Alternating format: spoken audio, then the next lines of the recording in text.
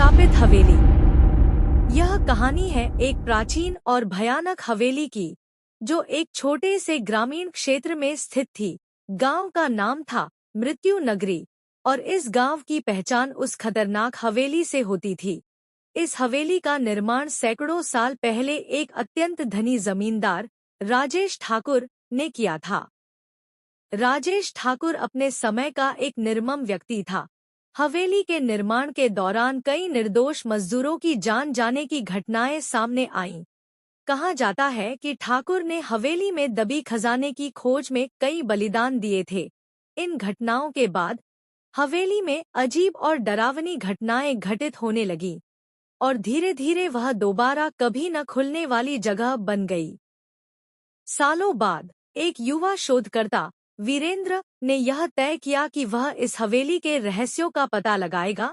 वीरेंद्र का मानना था कि इन घटनाओं के पीछे कुछ न कुछ सच्चाई जरूर है। उसके साथ उसकी 4 दोस्त आर्यन, सीमा, रोहित और नेहा भी जाने के लिए तैयार हो गए। एक दिन सभी मित्र पूरी तैयारी के साथ हवेली की ओर निकल पड़े। हवेली पहुंचते ही उनकी आंखों के सामने एक विचित्र दृश्य था। टूटे फूटे दरवाजे, खिड़कियों पर जाले, बड़ी बड़ी दीवारें और चारों तरफ सन्नाटा। हवेली के दरवाजे पर पहुंचकर वीरेंद्र ने अपनी मशाल जलाई और सब अंदर की ओर बढ़ गए।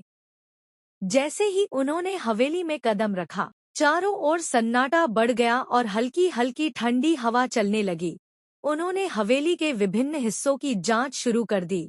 हर कक्ष में अजीब और डरावनी चीजें थीं। टूटे हुए फर्नीचर, जमीन पर खून के धब्बे और दीवारों पर अजीब से निशान। जांच करते करते वे हवेली के एक बड़े हॉल में पहुंच गए, जहां एक राजसी सिंहासन पड़ा था। सिंहासन देखकर उन्हें महसूस हुआ कि यहाँ कुछ रहस्यमय है। जैसे ही उन्होंने सिंहासन को छुआ, पूरा कक्ष अंधेरे में डूब गया और हवा में ठंडक बढ़ गई। अगले ही पल एक भूतिया आकृति उनके सामने प्रकट हुई। वह आकृति राजेश ठाकुर की आत्मा थी। आत्मा ने क्रोधित आवाज में कहा, इस हवेली में तुम्हारा स्वागत है, लेकिन जो भी मेरे रहस्यों को जानने का प्रयास करेगा, उसे मुझसे सामना करना होगा। वीरेंद्र और उसके दोस्त डर गए, लेकिन उन्होंने साहस दिखाया। वीरेंद्र ने आत्मा से पूछा, हम यहाँ सच जानने आए हैं। तुम्हें किसी विशेष कारण से शापित किया गया है। हम कैसे मदद कर सकते हैं? आत्मा ने बताया, मुझे मेरे कुकर्मों की सजा मिली है। मैंने कई निर्दोषों की बलि दी थी। अगर तुम मेरे हाथों मारे गए निर्दोषों की आत्माओं को शांति दिला सकते हो, तो मैं भी इस शाप से मुक्त हो सकता हूँ। वीरेंद्र और उसके दोस्तों ने आत्मा की बात मानी और ठान लिया कि वे निर्दोषों की आत्माओं को शांति दिलाने के लिए कुछ भी करेंगे। उन्होंने हवेली के तहखानों की ओर कदम बढ़ाए, जहां कहा जाता था कि उन निर्दोषों की आत्माएं बंद थी।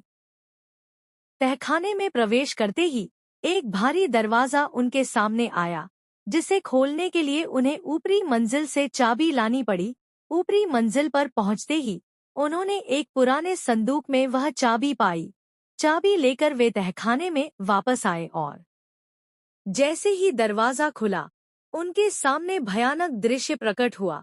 तहखाने के अंदर खून के धब्बों से सनी दीवारें, भूमि और जगह जगह हवेली के निर्माण के दौरान मारे गए मजदूरों की आत्माएं घूम रही थी। आत्माएं बहुत दुखी थी और उनके चेहरों पर दर्द झलक रहा था। वीरेंद्र ने आत्माओं से बात की और उन्हें शांति दिलाने का आश्वासन दिया। वीरेंद्र और उसके दोस्तों ने आसपास के मंदिर से पवित्र जल और मंत्र लेकर आत्माओं की शांति के लिए पूजा की। पूजा के बाद आत्माओं के चेहरे पर शांति झलकने लगी और वे धीरे धीरे अदृश्य हो गईं। आत्माओं के शांति प्राप्त करने के बाद राजेश ठाकुर की आत्मा फिर से प्रकट हुई और कहा, तुम्हारे इस नेक काम से मुझे भी शांति मिली है। मेरी आत्मा अब मुक्त हो रही है। राजेश ठाकुर की आत्मा ने वीरेंद्र और उसके दोस्तों को धन्यवाद कहा और हमेशा के लिए अदृश्य हो गई। हवेली से भूतिया गतिविधियां समाप्त हो गईं और गांव में फिर से शांति का माहौल लौट आया। वीरेंद्र और उसके दोस्तों की साहसिकता और निष्ठा ने हवेली के रहस्य को उजागर किया और वहां की आत्माओं को शांति दिलाई। इस घटना के बाद शापित हवेली अब शांति हवेली के नाम से जानी जाने लगी और वीरेंद्र और उसके दोस्तों की कहानी हमेशा के लिए